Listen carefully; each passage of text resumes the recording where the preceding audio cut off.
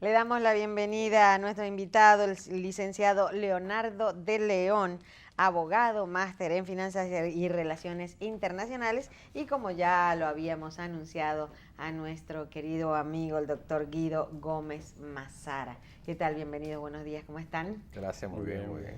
Ya los estábamos anunciando desde tempranito. Gracias. Bueno, señores, nosotros creemos que vale la pena hablar de este tema porque en los Estados Unidos comenzaron con los debates presidenciales cuando Kennedy era el candidato contra Nixon, ¿no? A partir de ahí las cosas cambiaron, la televisión jugaba un papel y la radio jugaba otro papel. Pero avanzando los tiempos y mucha gente va viendo los debates y aparentemente, según las cifras detectadas, el debate más televisado, más visto en la historia de los Estados Unidos fue el de Donald Trump y Hillary Clinton. Porque, bueno, porque hay una persona que dice ser no político, que es un empresario de éxitos y de muchos fracasos, pero está en la cúspide y es candidato y dice, yo no soy político, pero aspiro a ser el presidente de los Estados Unidos.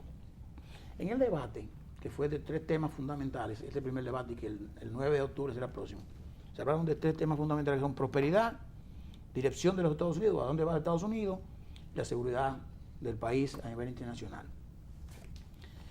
Lo que dicen las encuestas es que Donald Trump perdió ese debate.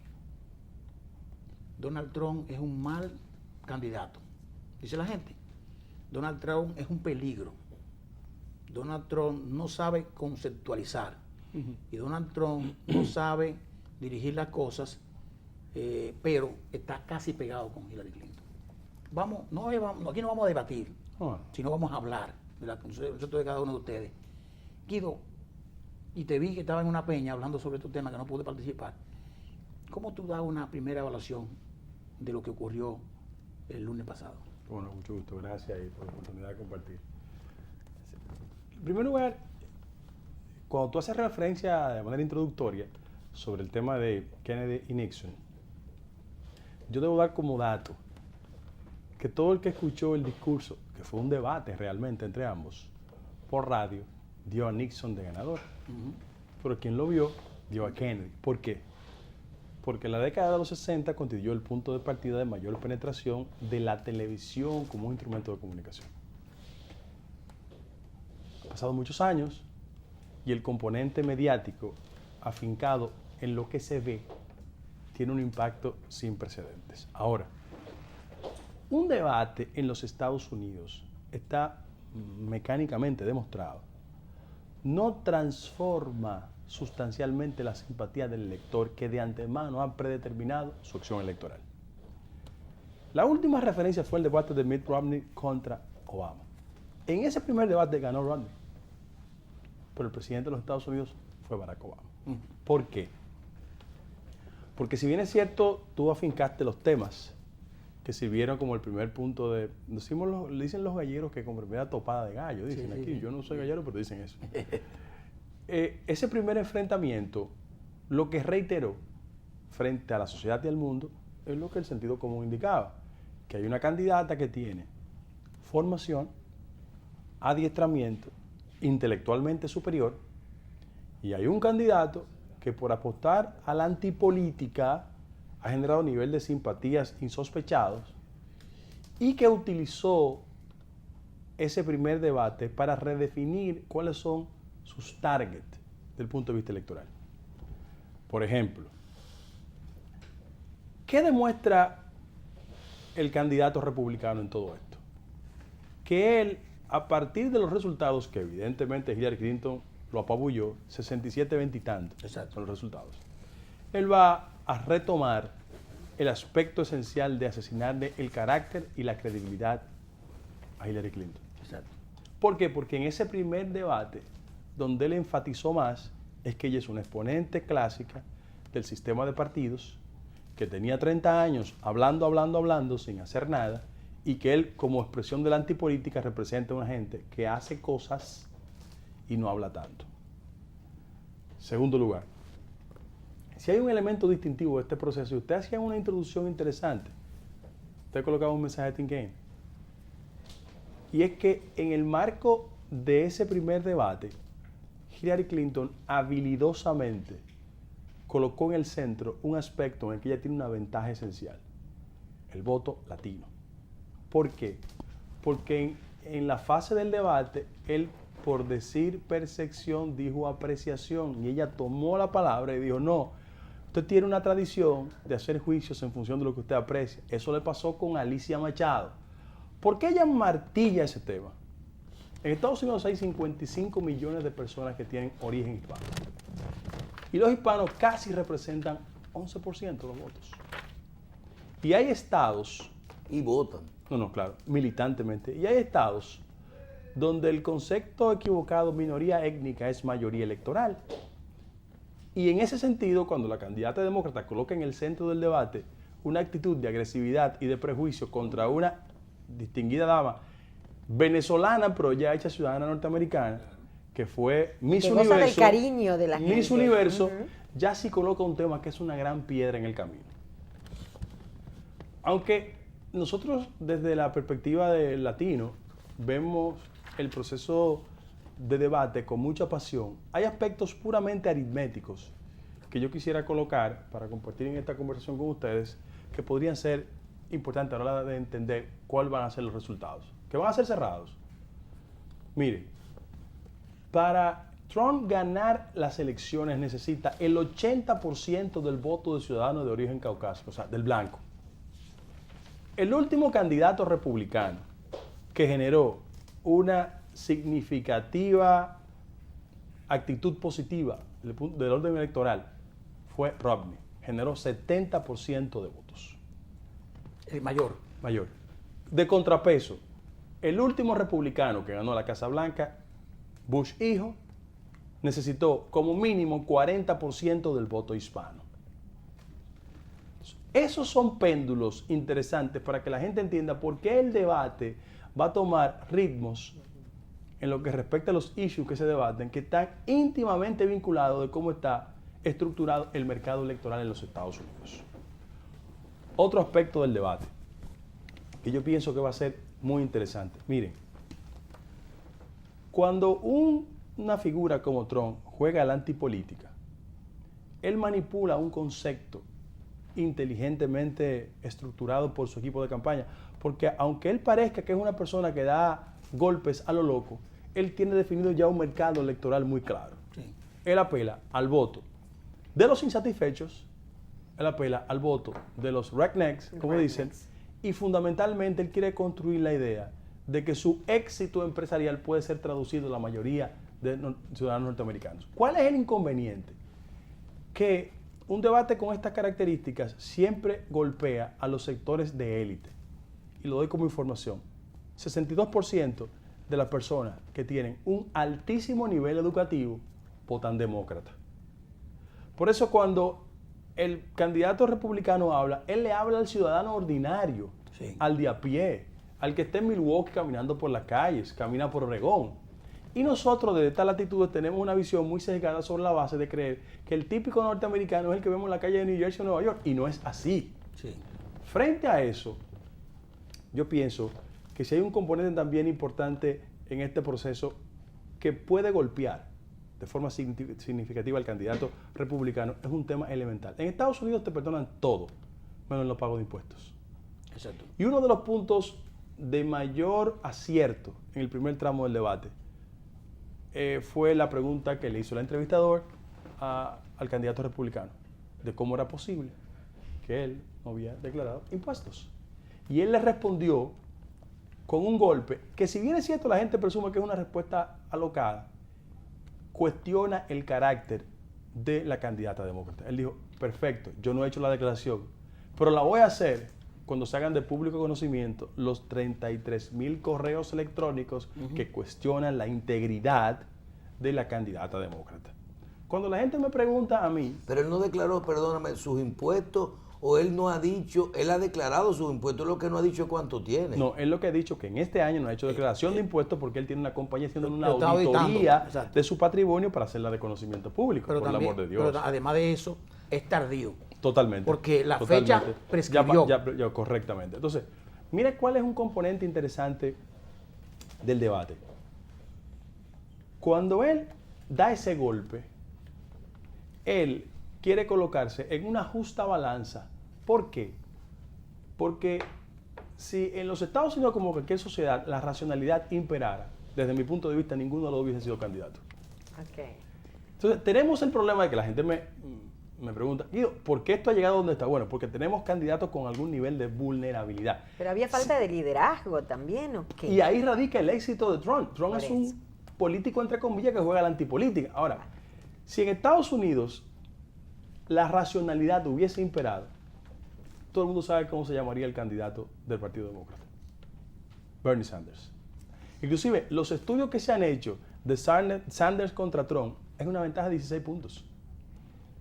Y el que apela a la racionalidad tendría que esperar otro candidato republicano y no Trump. Ahora, en ese marco, en ese aspecto, tenemos dos competidores con algún nivel de vulnerabilidad que yo pienso que al final de la jornada lo que va a establecer la posibilidad de un candidato presidencial exitoso tiene que ver más cómo está estructurada las matemáticas electorales y cómo en el segundo ciclo inclusive de nuestra conversación yo puedo explicar la importancia del tema de los colegios electorales, porque la gente aquí no sabe distinguir ¿Cómo se entre vota? el voto directo, que es el voto del ciudadano, Y el y voto cómo los del- colegios electorales son determinantes a la hora de construir un éxito. Con ¿Y los, por de- qué con los hablan- delegados. ¿Por qué hablan de un prevoto, por ejemplo, en Iowa? Sí, bueno, muy buena pregunta. Lo que pasa es que hay estados que existe la posibilidad, porque hay un marco constitucional, de hacer voto adelantado. Adelantado. Eso es. Eso también pasa con mucha gente que vive fuera de los Estados Exacto, Unidos. exacto, Si exacto. ustedes vieron el spot de Kane, Ajá. Sí. de votar fuera de los Estados Unidos, es una actitud inteligente para conseguir inmediatamente el voto, colgando las distancias. Okay. Cuando en la República Dominicana hay elecciones, fíjate que el impacto inicial es buscar resultados de Europa. Sí. 6 horas de diferencia. Porque ya Porque pasaron. con las 6 horas de diferencia, Sí, entonces sí. es una forma de ir adelantando Sí. la emocionalidad en el voto. Buscar tendencia. Correcto.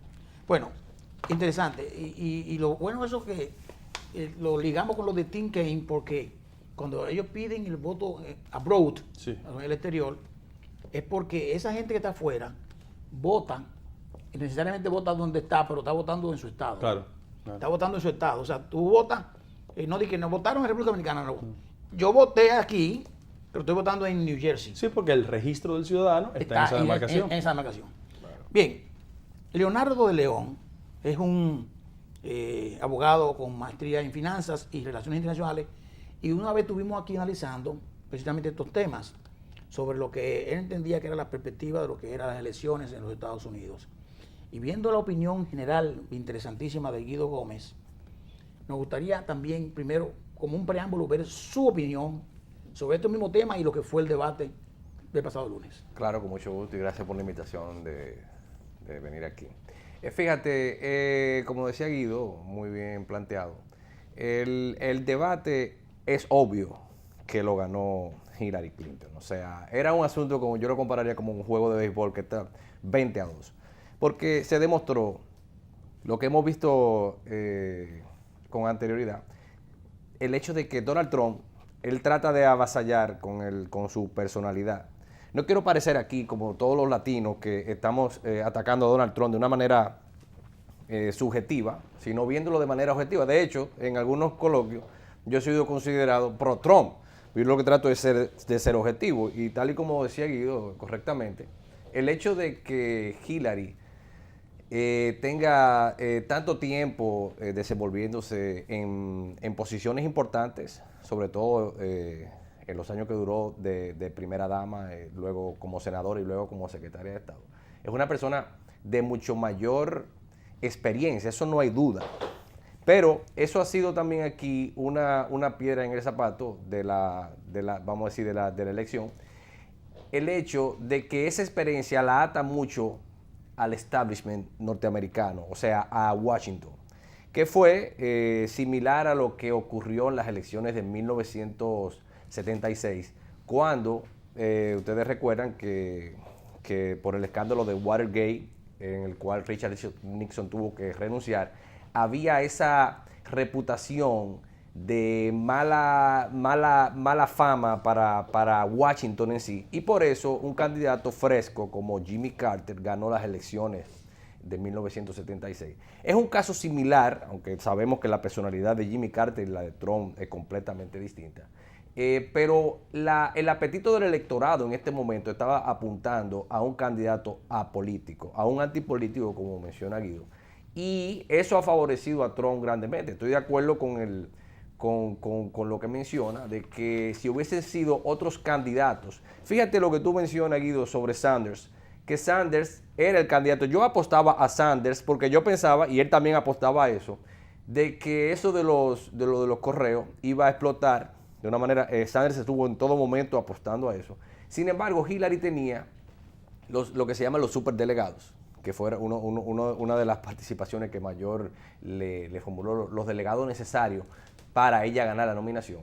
Y los superdelegados no son más que las personas del partido que ocupan posiciones importantes. Entonces, al ella tener, o sea, la posición que tenía siendo ex primera dama y esposa de un expresidente, obviamente tiene uno control, pero el atractivo de Sanders en todo momento fue parecido al de Trump, que era una persona que no está vinculada a Washington. Y para terminar, volviendo al debate, pues fíjate que en todo momento ese trato de Trump de querer avasallar y de querer imponer cosas se quedó sin sustancia.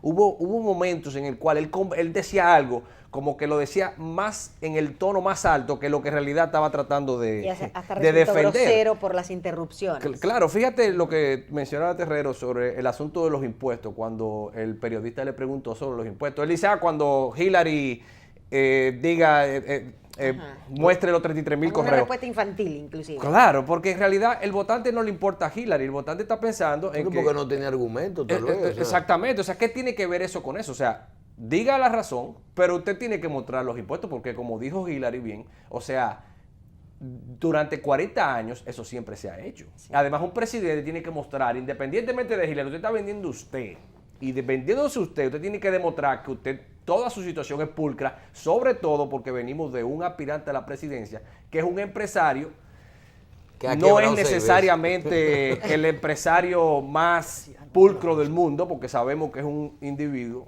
que se ha mostrado siempre con más apariencia que lo que en sustancia es. Por eso Hillary dijo que una de las razones que puede ser por la cual él no quiera mostrar eso es porque él no tiene el dinero que él dice tener. Dice que tiene 3.700 millones de dólares. No, él dice que tiene 10,000. Sí, sí. Bueno, pero hubo un informe que se había hecho una investigación que él contaba con 3.700 millones de dólares.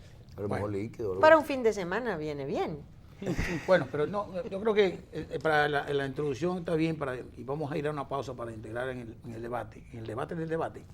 Pero yo quiero dejarle en el aire a Guido, vamos a entrar con Guido, este tema que apuntaba Leonardo. Yo creo que fue el principal error de ese día de Donald Trump, creo, para analizarlo, el decir, admito que yo no he declarado mis impuestos, porque lo están auditando. Pero dijo él mismo que él lo puede poner, aunque no termine la auditoría, él lo puede declarar. Dijo, si ella pone los 33,000. O sea, estamos frente a un delito federal y un delito que se podría llamar federal, pero que no sé por qué ocurrió con Hillary. Porque yo estoy seguro que la CIA, que está investigando eso ahora, sabía de eso. Porque no es posible que no pudieran saber de que la secretaria de Estado estaba usando un servidor incorrecto de la Casa Blanca. O sea, ¿por qué dejaron correr eso? Y lógicamente ella lo admite y dice, bueno, un error, está bien, ¿qué más puede decir? Más nada. Ahora, ¿lo van a poner? ¿Por qué lo van a poner? Si realmente la seguridad del Estado impide que se publiquen cosas hasta una fecha en particular que puede prescribir. ¿Verdad? Yo creo que para analizar eso, frente a un hombre que ha sido exitoso en el desorden, porque 6 veces, como dice Michelle, en capítulo 11, que es la ley de quiebra, usted tiene que ser un muy mal administrador. Pero lógicamente él lo hizo para aprovecharse de ese capítulo 11, porque cada vez que lo hacía, resurgía y además postergaba los pagos. Lo que acusa el gobierno de Obama y los otros gobiernos democráticos de que tienen un desorden en el gasto y aumentando la deuda, era exactamente lo que él hacía en sus empresas.